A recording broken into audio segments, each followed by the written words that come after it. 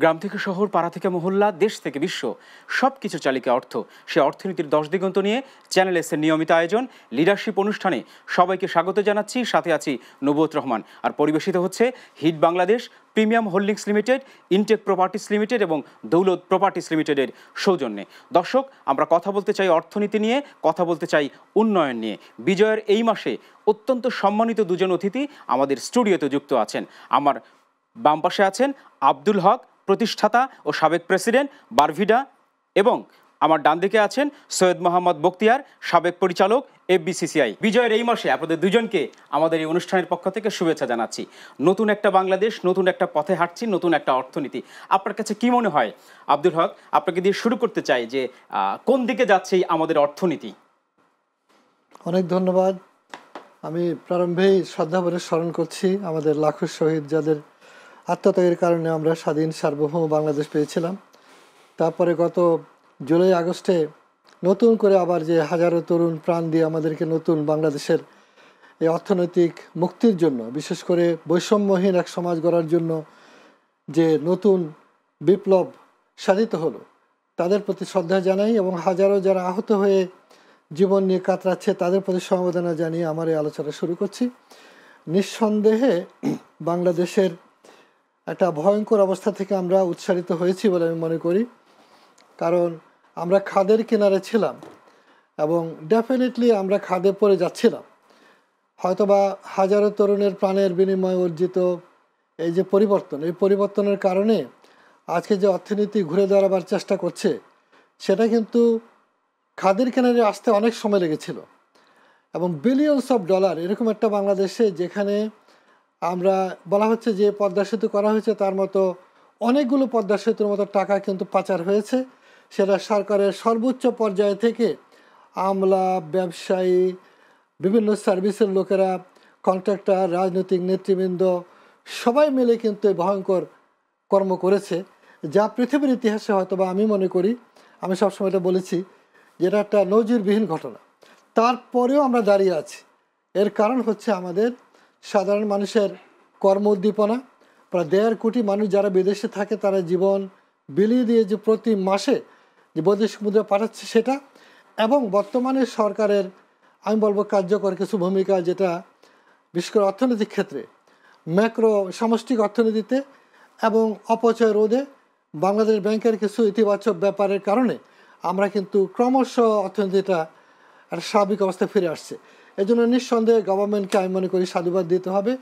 এবং মানুষ যে আস্থা রাখছে সরকারের উপরে, অনেকগুলো চ্যালেঞ্জ কিন্তু দেশের অভ্যন্তরে খুবই কম হয়তো, কিন্তু বাহির থেকে কি মারাত্মক চ্যালেঞ্জ।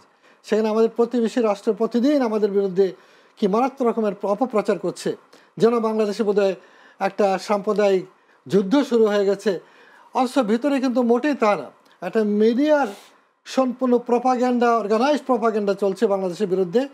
আমার বিশ্বাস বাংলাদেশ ঠিক পথে যাচ্ছে, সরকার ঠিক পথে আছে, এবং এর মধ্যে যদি আরও আমরা জবাবদিহিকে নিশ্চিত করতে পারি, এবং যে সংস্কারগুলো হাতে নেওয়া হয়েছে সেই সংস্কারগুলো করতে বহু সময় লাগবে, কিন্তু সংস্কারগুলো সাধন করতে পারলেই শুধু বাংলাদেশে একটা stable country, stable society, stable economy এবং অগ্রগতির একটা রাস্তায় আমরা যেতে পারবো। অপচয়, অপরাধ এবং যে ভয়ঙ্কর রকমের দুর্নীতিগ্রস্ত হয়েছিল, এবং যার কারণে আমাদের টাকার মান এত কমে গিয়েছে, পাশে যদি আপনি ভারতের সাথে তুলনা করেন, তাহলে আমাদের টাকার মান কিন্তু রিয়েল পাওয়ার আরেকবার আপনার কাছে আসবো। জি, সৈয়দ মোহাম্মদ বখতিয়ার, আপনার কাছে আমি যেতে চাই যে স্বাধীনতার 53 বছরে আমরা অর্থনীতির যে মুক্তি নিয়ে আমাদের যে স্বাধীনতা যুদ্ধে অংশগ্রহণ করা, আসলে মুক্তি কতটা এসেছে এবং 53 বছর পরে আপনার মূল্যায়ন কি? ধন্যবাদ আপনাকে। একটু আগে আমাদের হক ভাই যেটা বললেন, তত্ত্ববর্ষীয় নেতা আমাদের, যে আসলে এটা একটা ডিসেম্বর মাস, এই মাসটা আমাদের জন্য অত্যন্ত গুরুত্বপূর্ণ।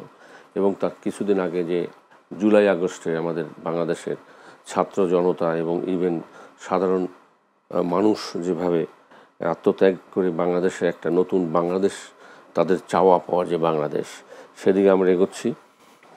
এবং অবভিয়াসলি 53 বছরের অর্জন তো অবশ্যই বাংলাদেশ ধাপে ধাপে ধাপে ধাপে আমরা যেখানে কোথায় ছিলাম, সেখানে আমরা চাকরি থেকে ব্যবসা থেকে শুরু, আমাদের বাংলাদেশের মধ্যে বাঙালিরা আমরা কতটুকু না ব্যবসায় অংশগ্রহণ ছিল।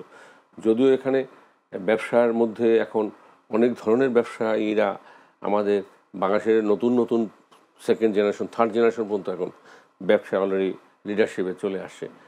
আমাদের অর্জন তো অবশ্যই আছে সেখানে। যদি আমরা মনে করি যদি অন্য দেশ আমাদের এই সমসাময়িক সময় যেসব দেশগুলো স্বাধীনতা অর্জন করেছে তাদের তুলনায় আমরা অনেক পিছনে আছি। এটা আমাদের অনেকগুলো কারণ আপনাদের আছে।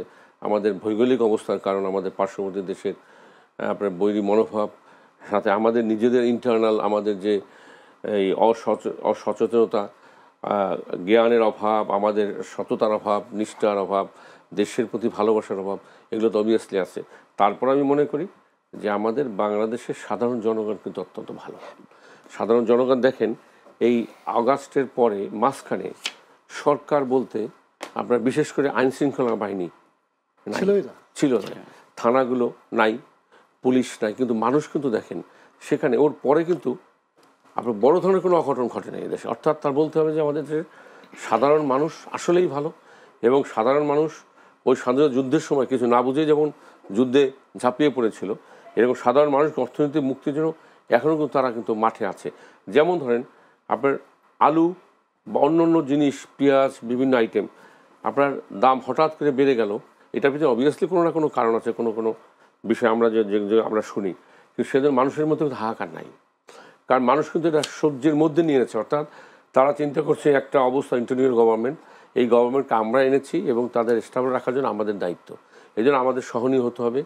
এবং সেই দিক বিবেচনায় সাধারণ মানুষকে যদি আমরা লিডার, আমরা যারা লিডারশিপ নিয়েছে, রাজনৈতিক নেতা নেতৃত্ব বা আমলা যাদের শিক্ষা আছে, তারা যদি একটু এই দিক থেকে তারা যদি একটু সহনীয় হয়, একটু সৎ হয়, তাদের বুদ্ধিটা যে ভালোভাবে ভালো দিক নির্দেশনা খাটায়, আমি মনে হয় আমাদের দেশের 53 বছরের যে আমাদের যে আমরা ব্যাগে ছিলাম, এটা আমি মনে করি আগামী 7 বছরে সেটা কভার আপ করা সম্ভব। যদি 60 বছরে আমি বিশ্বাস করি, যদি সদিচ্ছা থাকে। আরেকবার নিশ্চয়ই আপনার কাছে ফিরে আসবো। আপনি বাংলাদেশের একটা বড় শীর্ষ সংগঠন বারভিটার প্রতিষ্ঠাকালীন প্রেসিডেন্ট।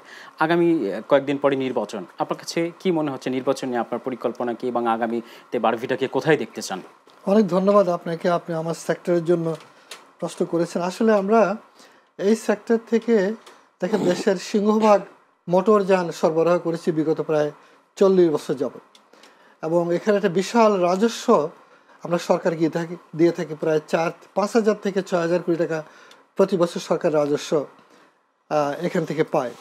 এবং ক্ষুদ্র মাঝারি ব্যবসায়ী, বেসরকারি খাত, ডাক্তার, ইঞ্জিনিয়ার, ওই ব্যবসায়ীরা, তারপরে এনজিও এবং বিদেশি কোম্পানি সবাই কিন্তু এই গাড়িগুলো কিনে। এবং কারণ কি, এখানে বিরাট একটা অর্থনীতি আছে, একটা লাভ আছে, একটা নিরাপত্তা আছে। জাপানের বিশ্বমানের গাড়িগুলো আমরা কম বৈদেশিক মুদ্রা আনি, সরকারকে পুরো রাজস্ব দেই, নতুন গাড়ির চেয়ে বেশি দিই অনেক ক্ষেত্রে, তারপরেও মানুষ কেনে। কেন কেনে? একটা গাড়ি যেখানে নতুন গাড়ি 5 বছরও টিকে না, এই গাড়িগুলো 30 বছর টিকে, 35 বছর, 40 বছরের পুরনো গাড়িও আপনি বাজারে পাবেন। এইটা প্রাইভেট সেক্টর এটাকে খুব হিসাব করে চলে, তাদের টাকার ভ্যালুটা কি, নিরাপত্তাটা কি, আরাম আছে কিনা, রিপেয়ার করা যাবে কিনা। এখানে হাজার হাজার লোক কিন্তু কাজ করছে, আমরা বিক্রি করছি, আমাদের এখানে কর্মচারীরা আছে, ওয়ার্কার আছে, টেকনিশিয়ান আছে, টেকনোলজিস্ট আছে, পার্টসের দোকান আছে, ওয়ার্কশপগুলো আছে, ডেকোরেশন আছে। এইভাবে কিন্তু আমার মনে হয় লক্ষ লক্ষ মানুষ কিন্তু কাজ করছে এই সেক্টরে। এখানে বহুবার আমরা অনেক রকমের চ্যালেঞ্জের মোকাবেলা করেছি।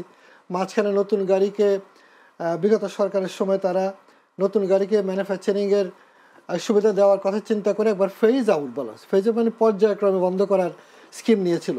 পরে আমরা গবেষণা করে দেখিয়েছি যে পৃথিবীর উন্নত বিশ্বে কিন্তু ইউজড গাড়ির বন্ধ নাই, সেটা আমেরিকা হোক, জার্মানি হোক, ইভেন জাপান, সেখানে নতুন আর পুরনো পাশাপাশি চলে, বরং পুরনোর বাজারটা অনেক বড়, নতুন প্রতি বছর আসে, পুরনো প্রতি বছরই বের হচ্ছে। ফলে এটার একটা সহাবস্থান চিন্তা করতে হবে। সরকার ইতিমধ্যেই নতুন গাড়ি যারা অ্যাসেম্বলিং তাদেরকে কিন্তু অনেক সুবিধা দিয়েছে। শুল্ক করে তারতম্য, আমার এখানে আমি একটা গাড়ি যদি আপনি কেনেন, যেগুলো ওই যে করোলা ক্লাসের গাড়ি, আপনার জন্য 128% ডিউটি, কিন্তু তারা যারা অ্যাসেম্বলিং করে তাদের মাত্র 40% ডিউটি। আর ইলেকট্রিক গাড়িতে আরও কম, কিন্তু দেখা গেলো তারা অত কমে বিক্রি করে না। আমরা কিন্তু সামান্য লাভ করি, কারণ আমাদের ওপেন মার্কেট, মনোপলি নাই, ডিস্ট্রিবিউটর না। ওরা তো ডিস্ট্রিবিউটর, ওরা একটা ব্র্যান্ড ওরা মনোপলাইজ করে। আমার মনে হয় আমরা যেটা বলার চেষ্টা করছি, যেটা ফেয়ার কম্পিটিশন, বাজারে ব্যাপক জনগণের চয়েস এবং নিরাপত্তাটা, তাকে চয়েস দেওয়া। সে নতুন গাড়ি যেতে চায় যাবে, কিন্তু তাকে একদম বন্ধ করে দিয়ে পুরনো গাড়ির উপরে যেটা খরচ চিন্তা করছে, এটা কিন্তু অর্থনীতির জন্য কোনো মতে ভালো হবে না। কারণ ওদের চেয়ে আমাদের অর্থনীতিটা অনেক বড়। এখানে এমপ্লয়মেন্ট বিশাল, বিনিয়োগ বিশাল, এবং আপনার এর কাস্টমারও বিশাল। ফলে এটাকে টেকসই আকারে চলা এবং নতুন গাড়ি তৈরি করার মতো রিয়েল ম্যানুফ্যাকচারিং যাকে বলে, স্ক্রুড্রাইভার ইন্ডাস্ট্রি না, রিয়েল ম্যানুফ্যাকচারিংয়ের জন্য কিন্তু স্টাম্পিং লাগবে, সাপ্লাই চেন লাগবে, পার্টস সাপ্লাই লাগবে। আসলে গাড়ি তৈরি করতে গেলে প্রথমে তৈরি করতে হয় পার্টস, চীন যেটা করেছে। অর্থাৎ আমাদের এখানে পার্টসের ইন্ডাস্ট্রিকে প্রায়োরিটি দিলেই কিন্তু আস্তে আস্তে আমরা সেটা পারতাম। তো ভারতের মতো বিশাল কান্ট্রি, অদূরে চীন, এই দুইটার সাথে কম্পিট করে আমাদের জন্য এই ছোট্ট বাজারে কতটুকু তৈরি করা সম্ভব, এটা কিন্তু গবেষণা করে দেখা উচিত বলে আমার এই 50 বছরের ব্যবসা অভিজ্ঞতা মনে করি। এখন আমাদের ইলেকশন সামনে, ইলেকশনে আমরা জন্য একদম আমাদের ব্যবসায়ীরা উতলা হয়ে আছে। কারণ ইলেকশন এটা নির্বাচিত বডি ছাড়া সরকারের সাথে নেগোশিয়েট করা, ট্যাক্স টুস কী হবে, বিভিন্ন বৈষম্য আছে, অবসান করা সম্ভব নয়। কিন্তু ছোট্ট একটা গোষ্ঠী, কিছু কায়েমে স্বার্থবাদী লোক আদালতে গিয়ে নির্বাচনকে বিরত করা এবং সরকারের কাছে অনুরোধ করেছে যেন আদালত যেন আমাদের বর্তমান নির্বাচন কমিটিকে বাতিল করে প্রশাসক দেয়। প্রশাসক দিলে কিন্তু 6 মাসেও আমরা কোনো কাজ করতে পারবো না। ফলে সামনের বাজেটে কী হবে আমরা কিছু করতে পারবো না। ফলে আমরা সরকারের কাছে আবেদন করেছি যে আপনি, যেহেতু আমরা নির্বাচন বোর্ড সরকারের দেওয়ার সময় মতো হয়েছে, সেই মোতাবেক যেন নির্বিঘ্নে হয়, সেজন্য আমরা আবেদন করেছি। এবং মহামান্য হাইকোর্টে ইতিমধ্যে আজকে একটু আগে শুনলাম যে তারা নির্বাচনে কোনো হস্তক্ষেপ করতে রাজি নয়। এই অবস্থার মধ্যে আমরা আছি। আমাদের বিশাল যে ব্যবসায়ীরা আছে তারা খুব উদ্বিগ্ন আছে। আরো কথা বলবো এবং আলোচনা করবো। আমরা নিতে চাই ছোট্ট একটা বিজ্ঞাপন বিরতি। দর্শক, আপনারা দেখছেন লিডারশিপ অনুষ্ঠান। নিতে চাই ছোট্ট একটা বিজ্ঞাপন বিরতি।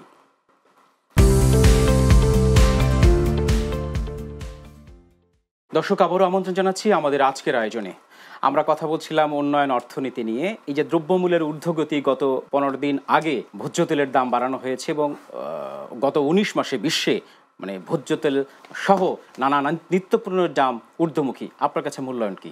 এটা একটা পৃথিবীব্যাপী একটা ক্রাইসিস। আমরা তো শুধু বাংলাদেশ না, এটা যদি শুধু আমাদের বাংলাদেশে হতো তাহলে একটা কথা ছিল। পৃথিবীর একটা ক্রাইসিস তৈরি হয়ে গেছে অলরেডি। আপনারা জানেন যে পৃথিবীতে অনেক দেশে তো যুদ্ধ চলছে।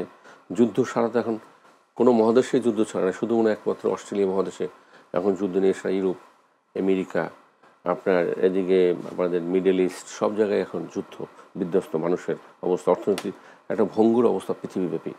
তার উপরে আমাদের বাংলাদেশ তো, যেহেতু পার্শ্ববর্তী দেশ আমাদের, ভারত থেকে আমাদের অনেক কিছুই আমাদের সাপ্লাই আসে এখান থেকে, সেখানে একটা আমাদের ব্যারিয়ার অলরেডি তৈরি হয়ে গেছে। তাদের সাথে আমাদের একটা বৈরী ভাব, একটা অলিখিত একটা বৈরী ভাব চলে গেছে, যেটা যদিও কাম্য না। আমরা বাংলাদেশে যেটা মনে করি, আমাদের বাংলাদেশের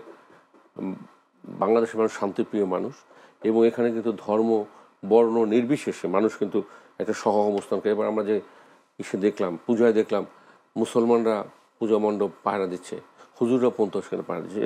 এরকম নজির কিন্তু ভারতে কখনো আমরা দেখিনি। সুতরাং এটা আমাদের বাংলাদেশের মানুষের জন্য। তবে এটা হলো কি, আমরা শুধু এটা বাংলাদেশের জন্য না, এখন কিন্তু আস্তে আস্তে কুলডাউন হচ্ছে। অর্থাৎ আমাদের যে পেঁয়াজটা চলে আসতেছে, তেলের জাহাজ অলরেডি 4-5টা জাহাজ চলে আসছে, পাইপলাইনের আরও জাহাজ আছে। একটা যেহেতু ওই সময় গভর্নমেন্টের, আপনি জানেন একটা জাহাজ একটা এলসি করার পরে সেই জিনিসটা বাংলাদেশে আসতে 120 ডে, 90 ডে থেকে 120 ডেজের মতো সময় লাগে। তা আমাদের কিন্তু এত বড় একটা পরিবর্তনের পরে 120 দিন কিন্তু আমাদের এতক্ষণও এই সময়মাত্র আমরা অতিক্রম করলাম। এর মধ্যে কিন্তু আমাদের সমস্ত সাপ্লাই চেনের যেসব বিষয়গুলো থাকে সেগুলো অলরেডি কিন্তু আমাদের দেশে ঢোকা শুরু হয়েছে। আপনি দেখেন আলু, পেঁয়াজ, তেল, অন্য আইটেম, রসুনের দাম এখন নাগালের মধ্যে আছে। তা আমরা আশা করি যে অচিরে এটা যাবে। তবে একটা জিনিস, সাপ্লাই চেনের মধ্যে অন্যতম, যেটা আমি যে সেক্টর নিয়ে কাজ করি, আমি ধরেন লজিস্টিক্স সেক্টর নিয়ে কাজ করি। আমাদের বাংলাদেশে এই লজিস্টিক্স সেক্টরটা একটা নাজুক অবস্থা। এখানে এটা নিয়ে কোনো স্টাডি নাই আমাদের এই ব্যবসায়, মানে যারা আসে তাদেরও ওরকম কোনো স্টাডি নেই। হঠাৎ করে একটা ভালো ব্যবসা করবে, এবং তাদের এই জিনিসের নিরাপত্তা, খাদ্য নিরাপত্তার জন্য আমাদের যে করণীয় বিষয়গুলো আছে, রোড সেফটি, রাস্তার ধরন কী হবে, আমাদেরকে ড্রাইভারের প্রশিক্ষণ, ড্রাইভারের মানবিক বিবেচনায় তাকে তৈরি করা, এই জিনিসগুলো কিন্তু সরকারের বা আমাদের যারা আছি সেক্টরে আছি আমাদের প্রত্যেকেরই অনীহা আছে। আমরা চেষ্টা করলে অনেক সময় পারি না, তা আর সরকারের তো সক্ষমতা আসলে অত বেশি না। আমরা মনে করি যেটা যে আমাদের সাপ্লাই চেইনটা যদি আমাদের বাংলাদেশে ভালো থাকতো, বিশেষ করে লোকাল লজিস্টিক্স, যেটা ডোমেস্টিক লজিস্টিক্সে it's a huge cost in Bangladesh. এখানে আমরা পৃথিবীর অন্য দেশের তুলনায় বাংলাদেশ একটা হাইয়েস্ট সূচকে আছি। আমরা প্রায় 12 থেকে 15% আমাদের একটা পণ্যর দামের ওখানে 12 থেকে 15, ইভেন কোনো সময় 20% হয়ে যায়। যত দাম কম তার উপরে বেশি পড়ে গিয়ে, এইটার বেশি দামের জিনিসের উপর কম পড়ে। যেমন ধরেন আপনার চাল, 1 টন চালে 1000 কেজি, একটা ট্রাকের ভাড়া যদি আপনার 10,000 টাকা বাড়ে, 1 কেজি চালে 1 টাকা বাড়ার কথা, সেখানে 1 কেজি চালে 5 টাকা বাড়ে। কেন বাড়ে? এটা আমাদের দন্যতা, আমাদের স্বভাব চরিত্র খারাপ। মানুষ কিন্তু সকল দেশের পৃথিবীতে ব্যবসায়ীরা কিন্তু কন্ট্রিবিউট করে, তার সাথে সে তার নিজের জিনিসটা লাভ ক্ষতি সে জিনিসটা সে দেখবে, এটাই নিয়ম। তবে আমাদের দেশে এটার পরিমাণটা বেশি এবং প্রবণতা আমাদের মধ্যে বেশি, এবং আইনের যে শাসন, এই আইনের শাসনের এখানে আপনার ব্যত্যয় আছে। অপরাধীকে চিহ্নিত করে অপরাধীকে যদি শাস্তি ঠিক মতো দেওয়া যায়, তাইলে অপরাধীকে এবং অপরাধকে নিয়ন্ত্রণ করা সম্ভব। আরেকবার আসবে আপনার কাছে, হক সাহেব, আপনার কাছে আসতে চাই আমরা একটু। আমি বারভিটি নিয়ে কথা বলছিলাম বিরতির আগে। হ্যাঁ, আগামী নির্বাচন আপনি প্রেসিডেন্ট নির্বাচন করবেন বা করার ব্যক্ত করেছেন। আপনার কাছে কি মনে হয় আগামী ভাবনাটা কি, বারভিটাকে নিয়ে আপনার পরিকল্পনা কি? আমাদের সবার, বিশেষ করে আমরা ক্ষুদ্র মাঝারি যারা আছি, তাদের চিন্তা হচ্ছে আমরা ব্যবসায়িক সংগঠনগুলোর মাধ্যমে ব্যবসার উন্নয়ন, টিকে থাকা এবং গ্রাহকদের সেবা পরিষেবা দেওয়া, সরকার প্রদত্ত কোনো কর্ম থাকলে সেটা করা। আমিও চাচ্ছি আমাদের এই বাণিজ্য সংগঠনটা যেন মোটর গাড়ি সেক্টরে কেবলমাত্র ব্যবসা করবে, প্রফিট করবে তা না, তার বাইরে আমরা কিন্তু দুর্ঘটনা রোধে কাজ করতে পারি, আমাদের টেকনিশিয়ানদের প্রশিক্ষণের জন্য কাজ করতে পারি, তারপরে হলো সরকারের বিভিন্ন স্কিমে আমরা সহায়তা করতে পারি, যেটা অন্যান্য দেশে করে থাকে। আমাদের এখানে দুর্নীতি অনেক বেশি। যেমন একটা গাড়ি রেজিস্ট্রি করতে গেলে অনেক ঘুষ দিতে হয়, আচ্ছা এটা কিন্তু অ্যাসোসিয়েশনের হাতে দিলে কিন্তু এই ঘুষ 100% উঠে যেতে পারে টোটালি। আমরা যোগ্য কিনা, আমাদের সে যোগ্য হতে হবে, এরকমভাবে সমস্ত খাতে সমস্ত চেম্বার অ্যাসোসিয়েশনগুলো এই দায়িত্বটা নিতে পারে। কিন্তু সেটার জন্য আমাদের প্রমাণ করতে হবে, যেমন বাংলাদেশ শুধু বিজিএমই কিছু সার্ভিস দিয়ে থাকে, অন্য অনেক এখানে এত অ্যাসোসিয়েশন আছে, তারা কেন আছে? তারা কিন্তু সার্ভিস দিতে হবে, ক্রেতাকে দিতে হবে, সরকারকে দিতে হবে, নিজে ব্যবসা করতে হবে। আমি চাচ্ছি এটা আদর্শিক পর্যায়ে যেতে। আমরা এর আগে কিন্তু আমাদের যারা ব্যবসায়ী তাদের জন্য, তাদের কল্যাণের জন্য, তাদের মৃত্যু হলে সাহায্য করার জন্য আমরা ফান্ড রেজ করে স্কিম নিয়েছিলাম, কিন্তু আমাদের মধ্যে কিছু দুষ্টচক্র তারাকে আদালতে কেস করে গেলে বন্ধ রেখেছে, অথচ আমরা কিন্তু সরকারের মাধ্যমেই করেছিলাম। আমি বিশ্বাস করি আমরা এবার যদি আমরা কমিটি ফর্ম করতে পারি, আমরা দেখিয়ে দেব যে একটা অ্যাসোসিয়েশন অনেক ভালো কাজ করতে পারে, কেবল ব্যবসা করা লাভ করা নয়, তার বাইরেও কিন্তু social responsibilities, corporate social responsibility বলা হয়ে থাকে, এবং সামাজিক উদ্যোগে ব্যবসার উন্নয়নে জনগণের সেবায় অনেক কাজ করতে পারে। আপনার কাছে একটু ফিরতে চাই, আপনি ব্যবসায়িক নেতা এবং ব্যবসায়িক সেক্টরে আপনি নেতৃত্ব দিচ্ছেন। আগামী দিনে ব্যবসায়ীদের জন্য চ্যালেঞ্জগুলো কি কি রয়েছে? আমি হক ভাই রেস ধরে একটু বলি। সেটা হলো, হক ভাই একটা কথা বলেছেন যে সরকারের কিন্তু আমাদেরকে এখন কিছু সাধন করতে হবে। আমাদের এই অর্থনীতি, এই ছোট অর্থনীতিকে চাঙ্গা করার জন্য কি আমাদের কিছু সাধন করতে হবে। সরকারের ব্যয়, আমাদের সময়টা অত্যন্ত মূল্যবান জিনিস। এটা যেটা প্রাইভেট সেক্টর, আমাদের তো অ্যাসোসিয়েশনগুলো আছে, সেখানে আমরা যদি এই যে লাইসেন্সিংয়ের ব্যাপারটা, আমরা ট্রেড লাইসেন্স থেকে শুরু করে যে সেক্টরে যে ব্যবসা করে তাকে সেই দায়িত্ব দেওয়া হয়। যেমন বিজিএমই এখন ইউডি ইস্যু করে, সরকার কিন্তু সেটা দিয়েছে, এবং সেখানে তারা একটা সার্টেন ক্রাইটেরিয়ার উপরে তাদেরকে দেওয়া হয়। এতে কিন্তু সরকার বিরাট একটা মিনিস্ট্রি লাগতো। এখানে বাংলার 4 থেকে 5 হাজার গার্মেন্টস, প্রতিদিন 1-2 করে ইউডি ইস্যু হয় একটা গার্মেন্টসের, সেখানে কয়েক হাজার কর্মচারী লাগতো। এখানে কিন্তু সেভ হয়েছে। সেই ক্ষেত্রে আমার মনে হয় আমাদের যে চ্যালেঞ্জগুলো সামনে আছে, এগুলো মোকাবেলা করার জন্য আমাদের কিছু পদক্ষেপ নিতে হবে, আমাদের সংস্কার পদক্ষেপ। অর্থাৎ একটা গতানুগতিক ধারায় একটা চিন্তা চেতনা, আমার ক্ষমতা চলে যাবে, আমার ক্ষমতা থাকবে না, আমার কাছে আসবে না, আমাকে স্যার বলবে না, এই জিনিসটা থেকে আমি বেড়ে যাওয়া উচিত। পৃথিবী অনেক জায়গায় আছে, শুধু পুলিশ আর কাস্টম সরকারের কাছে, আর বাকি সার্ভিসগুলো মোস্টলি সবগুলো প্রাইভেট সেক্টর, এবং সেখানে কিন্তু সরকার এবং আমরা প্রাইভেট সেক্টর কাঁধে কাঁধ মিলে কাজ করি। এই যে পৃথিবীর সব দেশের অর্থনৈতিক উন্নয়ন, জাতীয় উন্নয়ন, জিডিপি যেটাই বলেন না কেন, এখানে তো ব্যবসায়ীদের অবদান। ব্যবসা ছাড়া তো আকাশ থেকে তো টাকা পড়বে না, এখানে কোনো একটা মাধ্যম আসতে হবে, সেই মাধ্যমটাকে অবশ্যই ব্যবসায়ী।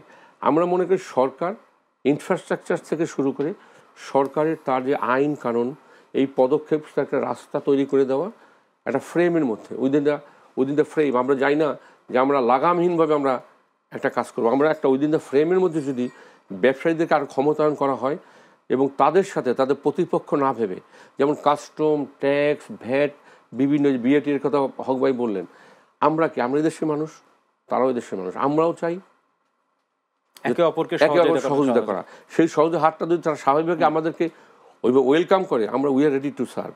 আমাদের প্রত্যেকটা অন্তত বাংলাদেশের কয়েকশো অ্যাসোসিয়েশন আছে যারা অত্যন্ত সক্ষম, তাদের খুব ইনফ্রাস্ট্রাকচার থেকে অনেক শিক্ষিত ছেলেপান, আমাদের ফেডারেশনই তো এখন সব মাস্টার্স করা ছেলেপান। আর আরেকবার আপনার কাছে আসবো হক ভাই, আপনার কাছে ফিরতে চাই। বেশ কিছু সংস্কার কমিশন গঠিত হয়েছে, অর্থনীতি সংস্কার আসলে কতটা জরুরি বা প্রয়োজন আপনার কাছে মনে হয়? দেখুন, এই সংস্কারগুলো অনেক ডিউ ছিল। আমরা বলে আসছিলাম, আমি অন্তত অনেক আলোচনা করেছি বিগত 15-20 বছর যাবৎ, যে পরিবর্তন অথবা মরণ, চেঞ্জ অর ডাই। চেঞ্জকে আপনি যদি অ্যাডাপ্ট করতে না পারেন ব্যক্তি জীবনে, সামাজিক জীবনে, পারিবারিক জীবনে, রাষ্ট্রীয় জীবনে তো বটেই, তাহলে কিন্তু আমাদের মৃত্যু অবধারিত। অর্থনীতির যে সংস্কারের কথা বলা হয়েছে, আমরা সেদিন বলছিলাম এই সংস্কার কিন্তু ভীষণভাবেই দরকার এবং সংস্কার অব্যাহতভাবে চলতে হবে। সংস্কার সরকার আসবে যাবে, কিন্তু সংস্কারগুলো কন্টিনিউয়াসলি চলতে হবে। অন্যান্য দেশে যেমন আমাদের এখানে প্রায় 53টা মিনিস্ট্রি বোধ হয় নাকি 48টা, অথচ জাপানে মাত্র 13টা মিনিস্ট্রি। তাহলে আমরা এত মিনিস্ট্রি কেন রেখেছি? সার্ভিস দেওয়ার জন্য নাকি সার্ভিস ব্লকেটের জন্য? জাপানে এমন একটা কান্ট্রি, যারা জাপানে গিয়েছে তারা জানে যে তাদের এখানে কিন্তু দুর্নীতি নিচুর লেভেলে জিরো, একদম 100% জিরো। হয়তো উপরের একদম টপ লেভেলে কিছু আছে কিনা, থাকলে মাঝে মাঝে শোনা যায় অমুক মন্ত্রী আত্মহত্যা করেছে, অমুক কোম্পানির বসেরা ক্ষমা চাচ্ছে, এইসব কিছু থাকতে পারে। আমরা কি পারি না? আমরা একটা মুক্তিযুদ্ধ করলাম, এত হাজারো সন্তানরা জীবন দিল, আমরা পিতা মাতা ভাই বোন সবাই গিয়ে একটা বিপ্লব সাধন করলাম। আমি বাংলাদেশ সম্বন্ধে প্রচণ্ড আশাবাদী। আমি মনে করি 2018 সালে যে কিশোরের রাস্তা নেমেছিল, তখন থেকে আমি লক্ষ্য করছিলাম যে তারা রাষ্ট্রের ব্যাপারে কথা বলেছে। এই শিশুরা তারা বলেছে যে আমরা রাষ্ট্র রিপেয়ার করতে চাই। এটা একটা মারাত্মক কথা। তার মানে রাষ্ট্র ঠিক নাই, তার মানে তার যন্ত্রপাতি ঠিক নাই, তাদের মধ্যে ধারণা তৈরি হয়েছে রাষ্ট্র যন্ত্র কাজ করছে না। ফলে তারা যখন আবার আসলো বৈষম্যের জন্য, তাদের অধিকারের জন্য, তখন তাদেরকে হত্যা করা হলো। সেই হত্যাকাণ্ড আমরা সহ্য করতে পারিনি, আমরা সবাই ঝাঁপিয়ে পড়লাম। একটা বিপ্লব হলো, বিশ্বে তাকিয়ে দেখলো যে বাংলাদেশে এমন একটা সরকার যারা মনে করেছিল যে তাদের কেউ সরাতে পারবে না, তাদের প্রশাসন, বিচার ব্যবস্থা, ব্যবসায়ী, তারপরে সংবাদপত্র সব তাদের সেবায় একেবারে নিবেদিত প্রাণ ছিল, কই পারল না তো। আমি মনে করি বাংলাদেশে আগামীতে কোনো সরকার জনগণের বিরুদ্ধে গিয়ে, সে যত বড় জেনারেল হোক, যত বড় আমলা হোক, এই দেশে তারা টিকতে পারবে না। সেই জন্য বাংলাদেশকে অন্তত একটা মোস্ট মডার্ন, দক্ষিণ এশিয়াতে সবচেয়ে আধুনিক রাষ্ট্র হিসাবে গড়ার এটি সময়। আমরা একদম অনুষ্ঠানের শেষ পর্যায়ে চলে এসেছি। আগামী বাংলাদেশ আপনি কিভাবে দেখতে চান, ছোট্ট করে? যদি আমরা হক ভাই যেটা বলেন, আমাদের যে আশা, যদি আমরা সেটা প্রতিফলন করতে পারি, যদি আপনি দেখেন ওয়ালের লেখকগুলি এবার যদি দেখেন, সেখানে কিন্তু প্রতিফলনগুলো আছে কিভাবে তারা দেখতে চায় বাংলাদেশ, বা পৃথিবীটা তা কীভাবে দেখতে চায়। আমরা মনে করি যে পৃথিবীর অনেক উন্নত দেশ বাংলাদেশে একসময় চাকরির জন্য আসবে। এটা সম্ভব, কারণ এদেশে 18 কোটি মানুষের 32 কোটি হাত। এবং সকালবেলা দেখবেন আপনি খুব সকালে, শীতের মধ্যে 5টা-6টার সময় মানুষ রাস্তায়, অর্থাৎ কর্মের জন্য, কর্মের সন্ধানে, কোনো না কোনো কাজের জন্য, অর্থাৎ কোনো উৎপাদনের জন্য অথবা জীবিকার জন্য, আপনার দেশের কোনো কন্ট্রিবিউশনের জন্য কোনো না কোনোভাবে সে কিন্তু রাস্তায় আসে। সে কিন্তু ঘুমায় নাই। পৃথিবীতে ইউরোপে যাবেন, দেখবেন আপনার সেখানে ঘুমানো লোক, একটা বাড়িতে একটা লোক আছে, এই বাড়িতে 5টা লোকই বের হয়ে গেছে রাস্তায়। অর্থাৎ তাহলে কি, অবশ্যই এখানে পোটেনশিয়ালটি আছে আমাদের, শুধু আমাদের চালকের অভাব। এবং সেটা যেটা এবার যদি আমরা সংস্কারের মাধ্যমে আমরা যদি চালক তৈরি করতে পারি, অর্থাৎ রাষ্ট্র চালনার যে ফ্রেমটা তৈরি করতে, হক ভাই যেটা বললেন যে গ্র্যাজুয়ালি, একসাথে সম্ভব না, বাট গ্র্যাজুয়ালি এটা একটা ধারাবাহিকতা থাকবে, যে আজকে কোনটা, কালকে কোনটা, পরবর্তী, short, middle and long term. এই পরিবর্তনগুলো যদি আমরা করতে পারি, সংস্কারগুলো আমরা করতে পারি, তাহলে আমি নিশ্চয়ই আশাবাদী আমরা যে আমাদের আশাবাদী। দেশ- জি। আমরা আপনাদের দুজনকে অসংখ্য ধন্যবাদ এই আয়োজনে আসার জন্য। আপনাকে ধন্যবাদ আমাদের সুযোগ করে দেওয়ার জন্য। আসসালামু আলাইকুম রহমতুল্লাহ। দর্শক, আপনাদের অসংখ্য ধন্যবাদ। আগামী পর্ব একবার আমন্ত্রণ জানিয়ে আজকের পর্ব শেষ করছি। ধন্যবাদ সবাইকে।